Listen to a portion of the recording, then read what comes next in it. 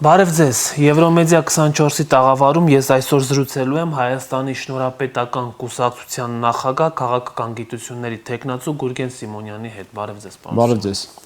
Պարոն Սիմոնյան, երեք հայտարարություն տարածեց Հայաստան դաշինքը խորհրդարանական։ Պատմությունը հետևյալն է. մի քանի քաղաքական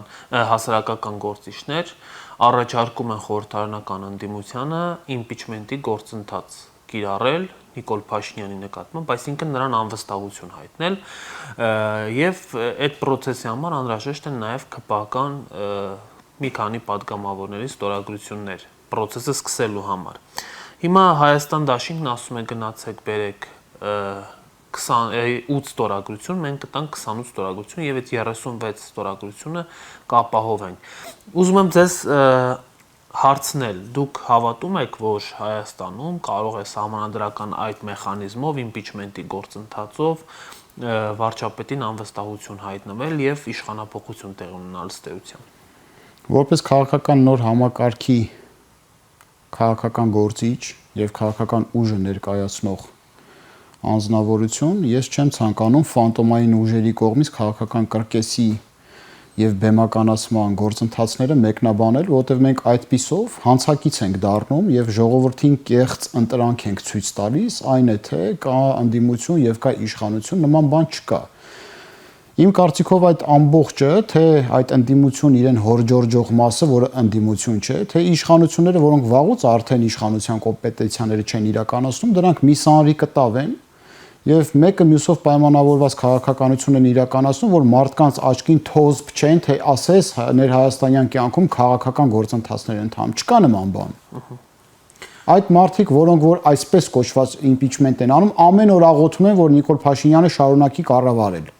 Սա բեմականացված քաղաքական կրկես է եւ ես քանիցս հորդորել եմ մեր լրատվական հանրույթին եւ փորձագիտական հանրույթին, որպիսի ֆանտոմային ուժերի քաղաքական այսպես կոչված գործընթացները չմեկնաբանել եւ չբերել անընդհատ օրակարգ, որտեղ այդպիսով մենք հանցակից ենք դառնում նրանց ավերիչ քաղաքականությանը եւ ժողովրդին իմիտացիոն կերպով ցույց ենք տալիս, թե կա այլընտրանք, թե կա քաղաքական process-ներ, չկա նման բան։ Սիրելի քաղաքացիները գիտեն, որ այդ ուժերը ժողովրդական լեզվով ասած սպասերով խաղացող ուժեր են, որոնք 1990 թվականից մինչև 2025 թվականը ընդհուպ միջև փոխպայմանավորված գործունեություն են ծավալում, որպեսզի ներքաղաքական դաշտը միմյանց միջև բաժանված եւ տրոհված լինի, որպեսզի այլընտրանքներ չձևավորվեն, որ մարդիկ միշտ այդ շրջապտույտի մեջ լինեն, կեղծ ընտրանքի, նախկին ներկա սև սպիտակ, վհուկներ, ոչ վհուկներ, անձիկ են անուն ազգանուններ են գեներացրել, որոնք վհուկների կարգավիճակով են դուրս գալիս, հանդես գալիս, մարդկանց վախեցնում են, ասում են, այ տեսեք, եթե մենք չենք, ապա նրանք են։ Ձերքի հետ էլ այլընտրանքների, որոնք որ նոր ուժեր են, փորձում են վարկաբեկել, փորձում են կապել ավերիչ ուղղությունների հետ, արտասահմանյան պետությունների հետ, մասնավորապես Ռուսաստանի։ Հիմա էլ նարատիվ են տարածել, ասել են, այ տեսեք, ժողովուրդ, 2026 թվականին ընդդիմություն կնետվի թատերաբեմ, որը որ Ռոբերտ Քոչարյանի եւ Ռուսաստանի ուղղությունը սպասարկող կլինի։ Հիմիկվանից սերմը գցել են, որ վաղը մյուս օր նոր ուժեր նետվեն քաղաքական դաշտ ընտրական պայքարին մասնակցեն, ասեն ժողովուրդ հիշում եք, որ sense բան էինք ասում, այս սրանք են։ Նրանց համար բարոյական սկզբունքներ չկա, հայրենիք որպես այդպեսին չկա։ Իրենց համար ներքաղաքական դաշտը բիզնես է, եւ ես այդ բիզնեսը սպասարկող անձանցից մեկը չեմ ուզում դառնալ, այնպես որ ավելի հետաքրքիր հարցեր կան։ Ավելի հետաքրքիր հարցերը բնականաբար կան, բայց այնուամենայնիվ հիմա ընդդիմություն կա, դուք օրինակ ասում եք, որ խորհրդարանական ընդդիմություն չէ, բա լավ, քաղաքական ներկա պնակին, որ նայում ենք ովքեր են այդ։ Այո, նորահայտ ընդդիմություն։ Ներքաղաքական դաշտում կան ընդդիմադիր գործիչներ, օրինակ Հայաստանի Շնորհապետական կուսակցությունը, որոնք որ դիրքավորում են որպես ընդդիմություն, բայց ոչ թե անցած գնացած ֆանտոմային իրողությունների, որոնք որ ձգվում են մինչև այսօր ընդհուպ ընդգրկելով Նիկոլ Փաշինյանի իշխանությունները, այլ ուժեր, որոնք որ նոր քաղաքական դաշտ են կայացնում եւ փորձում են օրինական իշխանությունը, որը որ պատկանում է ֆանտոմային ուժերին, հերթական ընտրությունների ժամանակ վերադարձնել ժողովրդին։ Այդ ընդդիմությունը կա, ես խորապես համոզված եմ, իդեմս մեզ մենք ուժերից մեկն ենք, բայց էլի մաքուր ուժեր կան, եւ այդ մաքուր ուժերի միջև ձևավորված խոսույթը, քաղաքական դիսկուրսը եւ գնահատականները իրական Հայաստանի Հանրապետության շահերը սպասարկող ընդդիմություն կարելի է կոչել, որոնք որ փոխպայմանավորված չեն ոչ նախկինների հետ, ոչ ներկաների հետ, ոչ էլ արտասահմանյան որևէ մի պետության հետ, այդ առավել եւս հյուսիսային երկրի հետ, Ռուսաստանի, որտեղ ինչի եմ սա շեշտում, գաղտնիք չեմ բացահայտի, որ վերջին 30 տարիներ եւ ավելի Ռուսաստանի Դաշնությունը ներքաղաքական դաշտում ասողի կարգավիճակում դերակատարություն ունեցող է եղել։ Եվ սա պետք է շեշտել, որ այդ նոր ուժերը պետք է բացարձակապես որևէ կերպ աղերս չունենան եւ աֆիլիացված չլինեն օտար պետությունների հետ, այդ թվում նաեւ Ռուսաստան, մասնավորապես Ռուսաստանի հետ։ Այսինքն լիարժեք մաքուր ազգային ուժեր կլինեն այդպիսիք, մարդկանց ցույց կտան իրենց որակական հատկանիշները, իրենց գաղափարախոսությունը, իրենց թիմերը, բայց կլինեն ազգային ուժեր։ Մարդիկ թող որոշեն, թե համամասնությունը ինչպիսին պետք է լինի եւ ընդդիմությունը այդ կերպ է հանդես գալիս Հայաստանի Հանրապետությունում։ Այսինքն դուք հավատում եք, որ առանց աշխարհակաղակական կենտրոնների կոնսենսուսի Հայաստանում կարող է իշխանություն փոխվել։ Միանշանակ Հայաստանի իշխանությունների փոփոխելիությունը կախված է հայ ժողովրդից բացառապես, եթե մենք չենք ուզում ծայրագավառի հոգեբանությամբ ապրել եւ կենսագործունեություն ծավալել իբրև մեծ կայսերության կցորդ, ապա Հայաստանի Հանրապետության իշխանությունը պատկանում է ժողովրդին եւ ժողովուրդն իր կամաարտահայտությամբ պետք է փոփոխություն ապահովի իշխանությունների համատեքստում, անշուշտ այլ խնդիր է, որ այդ իշխանությունների քաղաքականությունը պետք է փոխպայմանավորված լինի նաեւ աշխարհակաղակական կենտրոնների հետ, բայց այդ աշխարհակաղակական կենտրոնների մեջ մտնում են գլոբալ խաղացողները, ոչ թե տարածաշրջանային։ Իսկ Ռուսաստանը վերջին ագրեսիայով պայմանավորված տարածաշրջանային տերության է վերածվել։ Մենք գիտենք, որ պետությունները աստիճանակարգով են զարգանում։ Կան ուժեղ պետություններ, տարածաշրջանային պետություններ, աշխարհակաղակական գլոբալ խաղացողներ եւ այլն եւ այլն։ Հիմա աշխարհակաղակական գլոբալ խաղացողների շահերը, այդ թվում նաև տարածաշրջանային այլ պետությունների շահերը չես կարող հաշվի չառնել, բայց դա չի նշանակում, որ դու պետք է քո ազգային շահերով պայմանավորված քաղաքականություն չիրականացնես եւ չփորձես առաջ տանել քո խոսքը։ Բայց դրա համար ինչ է պետք, որպեսզի քո ժողովուրդը, որպես տիտղոսակիր ազգ, իր վրա ստանձնի պատասխանատվություն եւ պարտավորություն ինքնուրույն ձևավորելու Հայաստանի Հանրապետության իշխանությունները։ Եթե մենք շարունակենք մնալ նախկին դատողության մեջ, որ դրսի ուժերով պայմանավորված Հայաստանի Հանրապետության իշխանությունները պետք է ձևավորվեն, այդ դեպքում մենք տանուլ ենք տվել։ Հիմա 18 թվականին ժողովուրդը ինքնուրույն չձևավորեց։ Կարծում եմ, որ ոչ։ Ինչու՞։ Որովհետև ժողովրդին փողոց հանեց Սերժ Սարգսյանի մնալը։ Ես հիշում եմ, որ Սերժ Սարգսյանը երբ որ ընտրվեց վարչապետ խորհրդարանի կողմից, այդ ժամանակ ժողովուրդը դուրս եկավ փողոց։ Եվ Սերժ Սարգսյանը հայտարարեց, որ Նիկոլը ճիշտ էր, ես սխալվեցի, եւ Հայաստանի Հանրապետական կուսակցությունը Նիկոլ Փաշինյանին ընտրեց որպես Հայաստանի Հանրապետության վարչապետ։ Սա իշխանության փոխանցում էր։ Երբ որ այս տաղավարում գալիս են թե Հայաստան Դաշինքի, թե Պատիվ ունեմ խմբակցության ներկայացուցիչներ, ես նրանց բարբերաբար եմ ասում, որ կան կարծիքներ, որ պետք է երկրորդ եւ երրորդ նախագահներն իրենց քաղաքական թիմերով լքեն քաղաքականությունը, որ เป զի նոր ուժերը կարողանան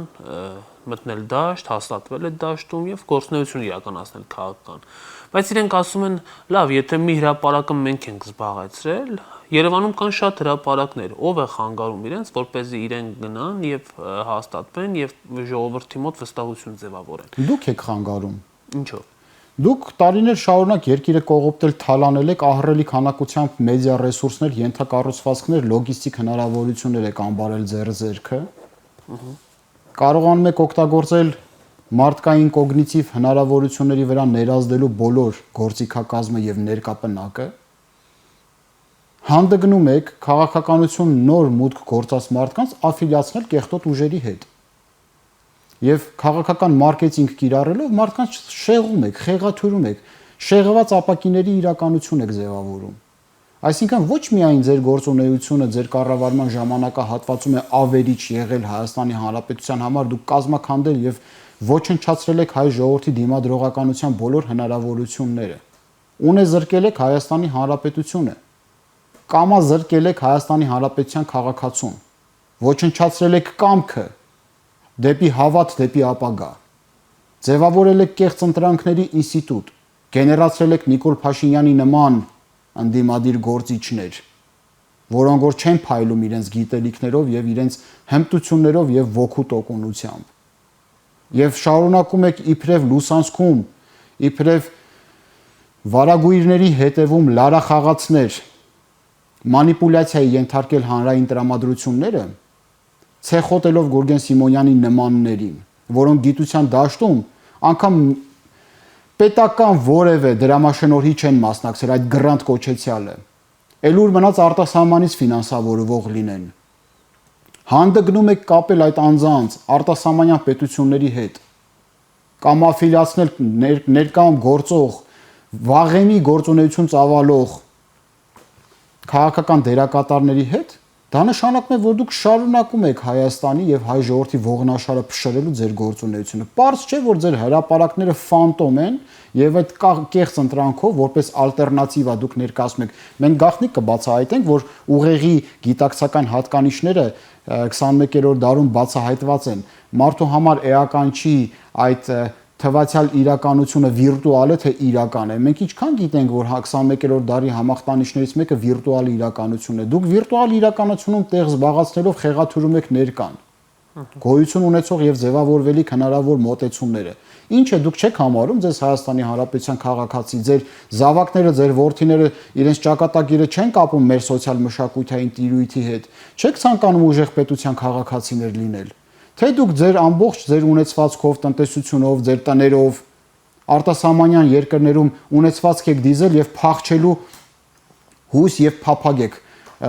փայփայում։ Այդ դեպքում հայ ժողովուրդը ինչ ասի, ցեղասպանության ռիսկերի առաջ եք կանգնեցնում մարդկանց։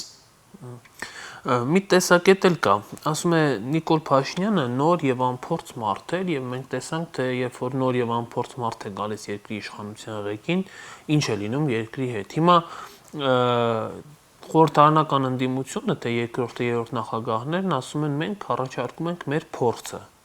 թե բանակցային process-ում, թե երկրի կառավարման գործընթացում։ Հիմա դուք որպես նոր ուժ ինչ կարող եք առաջարկել դրան ի հակադրություն։ Գիտեք ինչ, փորձառություն ինչի մեջ։ Քաղաքական պատվերով սպանությունների, թալանի, կոռուպցիայի, երկիրը ոչնչացնելու մեջ փորձառու քաղաքական գործիչներ ինձ որպես Հայաստանի Հանրապետության քաղաքացի պետք չի։ Փորձառություն ինչի մեջ։ Ցավոք սրտի ես ձեզ հետ համաձայն եմ անձամբ ձեզ որպես լրագրողի, որ այո, փորձառությունը խիստ կարևոր է։ Խիստ կարևոր է։ Բայց փորձառությունը ձեռք-ձեռքի պետք է ընթանա նաև մարդկային եւ պրոֆեսիոնալ հատկանիշներով, մարդկային եւ պրոֆեսիոնալ հատկանիշներով։ Մենք 30 տարի շարունակ չկարողացանք կամ չցանկացանք կամ խափանեցին մեր կարողություններն ու ցանկությունները կայացնելու ռազմավարական ընտրանի։ Մենք չկայացրեցինք 30-ամյա նորանկախ Հայաստանի Հանրապետությունում ստրատեգիական էլիտա չկա եւ չի ձևավորվել։ Այն էլ ինչ որ պիտի ձևավորվեր, սպանեցին հոկտեմբերի 27-ով։ Այն սաղմերը, որը որ պետք է դրվեր միասնություն դաշինքի միջոցով, ոչնչացվեց։ Ում ծեծեցին, քշեցին, ում սպանեցին, ում կաշառեցին, փչացրեցին։ Արանքում մնացին Նիկոլ Փաշինյանը եւ նրա նմանները։ Ձեր սերնդափոխությունը Նիկոլ Փաշինյանն է, դուք պատասխանատվությունը մի գցեք ձեզ վրայից։ Ձեր քաղաքական հետագծի գլխավոր գնահատականը Նիկոլ Փաշինյանն է, վերջ։ Դուք դրան եք, դա եք ծնում։ Լերը մուկ է ծնում։ Հիմա հետևյալ հարցն եմ ես բարձրացնում մեր սիրելի քաղաքացիներին։ Այո, կա փորձառու ոչ ազգային ուժերի մի դասակարգ եւ կան անփորձներ։ Անփորձների մեջ կան տգետ եւ կիսագրագետ հանրույթների ներկայացուցիչներ, ինչպիսիք Նիկոլ Փաշինյանն է։ Եվ կան մարդիկ, ովքեր որ գիտական եւ տեխնոկրատ կառավարության հիմքերի վրա ձևավորվելիք այլընտրանք կարող են ձևավորվել։ Որն եք ընտրում, ընտրությունը այդ դիսկուրսի մեջ դրեք։ Հիմա Եղիշեն 5-րդ դարում ասել էր, մարդկային բոլոր չարիքները գալիս են տգիտությունից։ Մարկ Տվեն ավելի հեռու է գնացել 20-րդ դարում։ Ասում է սարսափելի է կիսագրագիտությունը։ Երբ որ դու լայնությամբ գիտես, խորությամբ չես տիրապետում։ Ես սիրելի ժողովրդին ասում եմ, դուք այլընտրանք չունեք, քան ընտրություն կատարելու ամփորձների մեջ, բայց ամփորձների մեջ փնտրեք եւ գտեք պրոֆեսիոնալ եւ գիտելիքահենք բազա ունեցող ուժերի։ Հիմա ձեր կարծիքով, եթե ձեր պատկերացրած քաղաքական ուժերը գան իշխանության, հնարավոր կլինի պետությունը այս վիճակից հանելու, այսինքն մենք անդառնալիության կետը չենք հատել հիմա։ Ոչ, ես խորապես համոզված եմ, գիտեք, ներկա իրողություններում մի ուժ, որը որ մուտք է գործում քաղաքականություն, կամ պատվեր է կատարում, հոգին վաճառել է սատանային, կամ քաղաքական ավանտյուրիստ է, որ անգամ տգետը չի հասկանում, ինչի առաջ է կանգնելու, կամ նվիրալի պես հավատում է, որ Հայաստանի Հանրապետության համար դեռ ամեն ինչ չի, որ կորսված է, ես այդ մարդկանց շարքին եմ պատկանում։ Մենք հնարավորություն ունենք վերախաղարկելու, որտեղ աշխարհում դիմամարտությունը չի ավարտվել, հայ ժողովրդի լիակատար իրավունքների իրացումը, ինքնաիրացումը, մեր պապենական բնորանում հնարավոր է, որպես անկախ քաղաքական համակարգ ունեցող հանրույթի, տիտղոսակիր ազգի, Հայաստանի Հանրապետության հավիտենականությունը ամրագրելու շանսեր կան, հայ ժողովրդի իմունային համակարգը դիմադրողականությունը բարձրացնելու հնարավորություններ կան։ Հիմա տեսնենք, ես ինչ որ չափով նաև որպես հետազոտող եմ կողքից նման process-ներին, գիտեք, քանի որ ինձանում մոլուցք չկա ամեն գնով գալ իշխանության, քավլիցի, բացարձակապես։ Մենք պատրաստ ենք անգամ, եթե ժողովուրդը չկամենա մեզ տեսնել խորհրդարանում, խորհրդարանից դուրս աշխատելու։ Պատրաստ ենք լիքը բան կա անելու։ Այնքան բան կարա անի արտախորհրդարանական մաքուր ուժը, որ էլ ասելու չի։ 21-րդ դարում ֆորմալ առումով պարտադիր չի իշխանությունը անմիջապես պատկանի քեզ, որ ինչ-որ մի բան անես։ Հիմա անում եք։ Այո, բազմաթիվ պրոյեկտներ ենք սկսել անել եւ նոր ձևավորված ապրիլի 10-ին մեր գրանցումը, պետական գրանցումը տեղի ունեցավ։ Մենք նոր ենք, լիարժեք նոր ենք։ Եվ պրոյեկտներ ենք շարունակում, խմորումներ ենք անում գեներացնել, տեսնել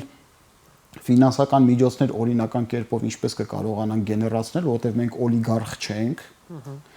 Եվ մեծահարուստ էլ չենք, երկրի թալանի մեզ դժվար թե կարողանան մեղադրել, ֆեյքերի բանակներ չունենք եւ այլն, բայց անելու ենք անպայման։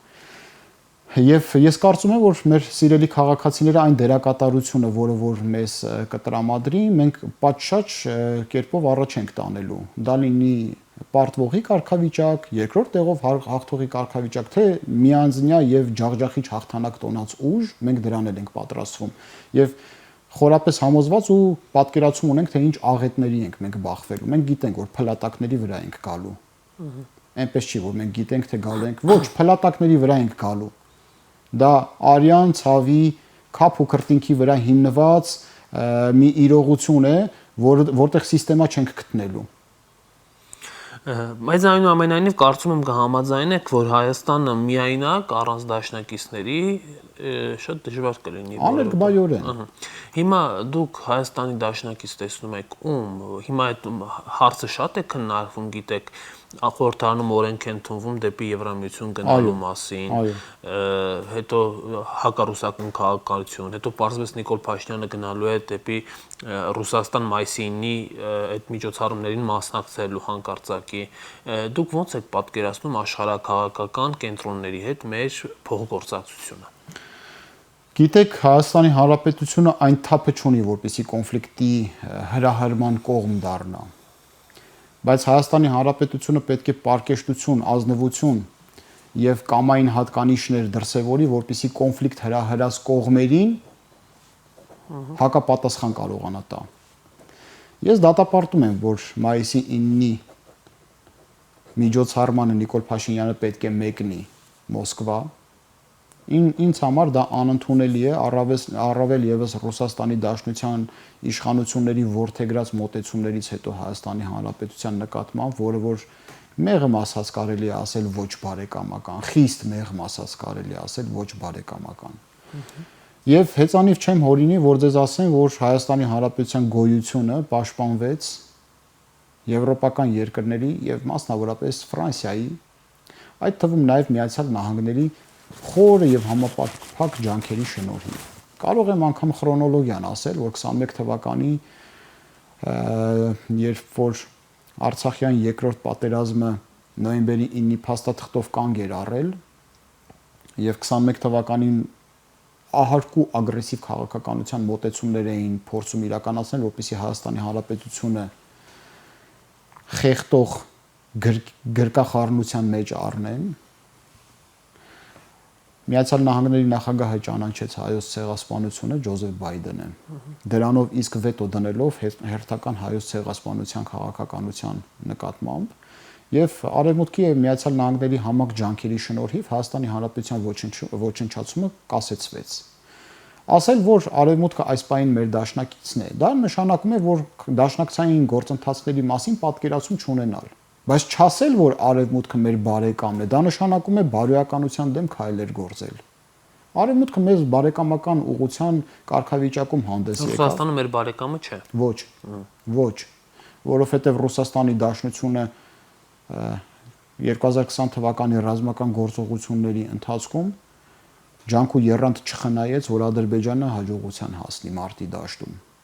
Ջանք ու եռանդ չխնայեց, որպեսզի Ադրբեջանը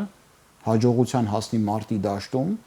եւ դե յուրե եւ դե ֆակտո Հայաստանի Հանրապետության մաս հանդիսացող Արցախը մեզանից պոկեցին։ Օրինակ ինչ նկատի ունեք, երբ ասում եք ջանք ու եռանդ, Ռուսաստանը ինչ մասնակցություն ունեցել։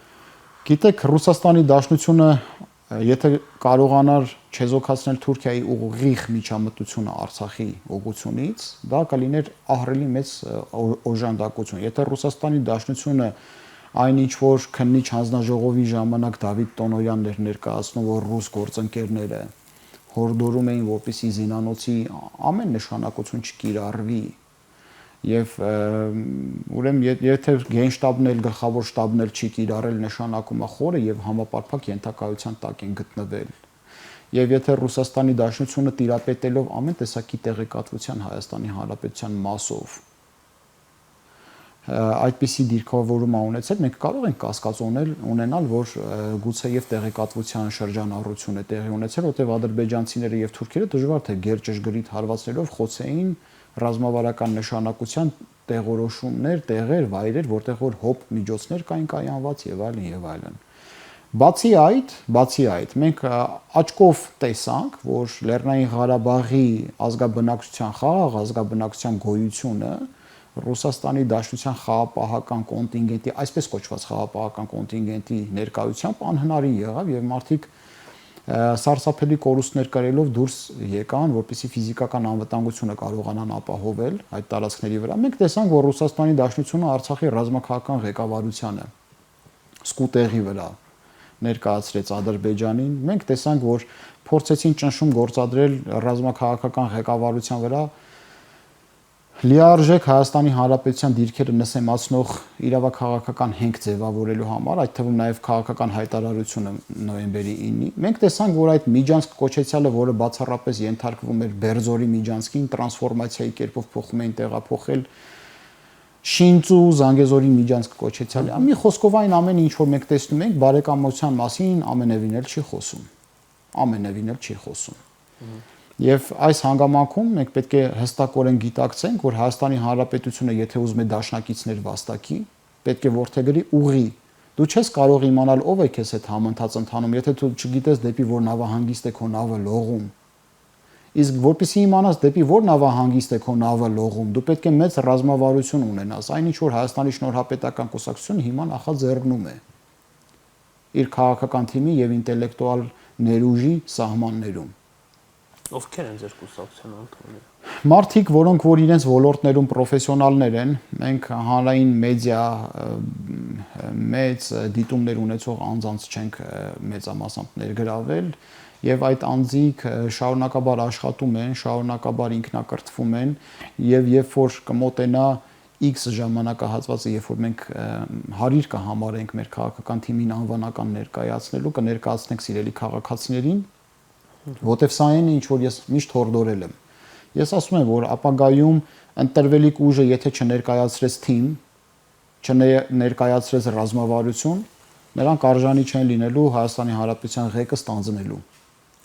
Այնուամենայնիվ լավ է, որ նոր քաղաքական ուժեր են ի հայտ գալիս, պարոն Սիմոնյան, թարմացվում է քաղաքական ներկապնակը միշտ էլ լավ են նոր դեմքերը։ Ձեր նոր քաղաքական ուժին մաղթում եմ հաջող ընթացք Շնորհակալ եմ։ եւ շնորհակալ եմ մեր զրույցի համար։ Սիրով։ Հարգելի հեռուստադիտողներ, ես զրուցում էի Հայաստանի Շնորհապետական կուսակցության նախագահ, քաղաքական գիտությունների թեկնածու Գուրգեն Սիմոնյանի հետ, կհանդիպենք։